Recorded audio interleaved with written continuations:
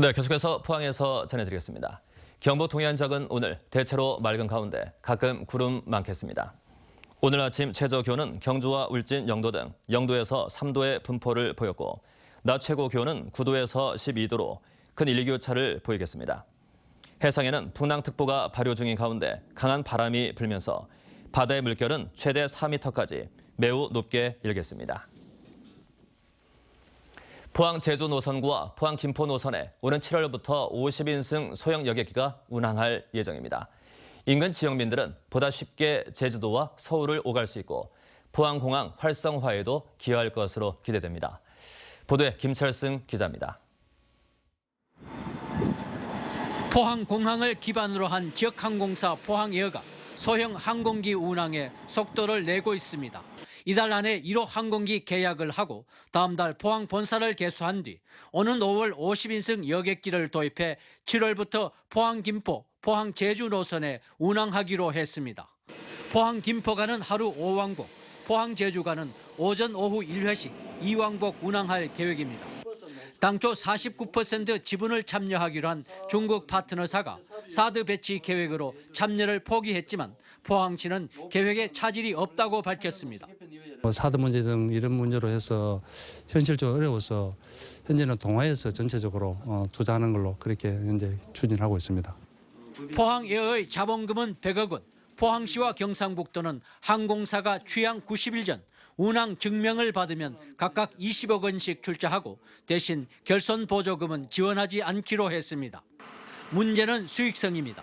우리 포항 서울 수요만 해도 연간 97만 통행이 있고 과거에 제주 수요도 연간 한 6만 수요가 있기 때문에 수요는 충분한 것으로 우리 시에서는 그렇게 보고 있습니다.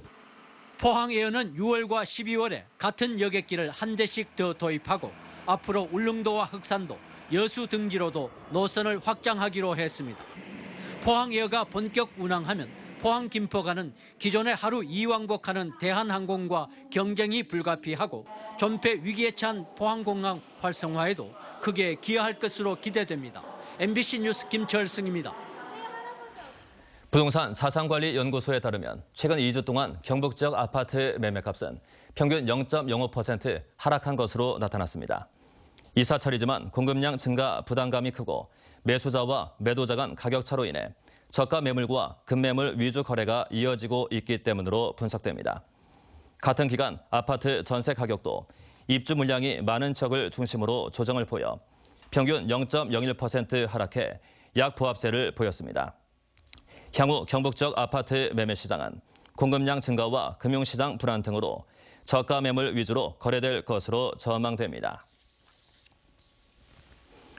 국토교통부는 건물 매입이나 임차 시 해당 건물의 내진 설계 여부와 내진 성능을 의무적으로 알려야 한다는 내용의 건축법 개정안을 입법 예고했습니다.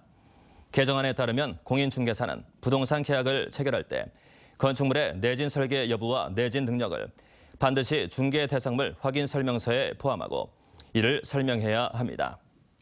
국토부는 또 올해부터 건축물 대장과 건축물 머릿돌에도 내진 성능 정보를 반드시 표시해야 한다고 덧붙였습니다.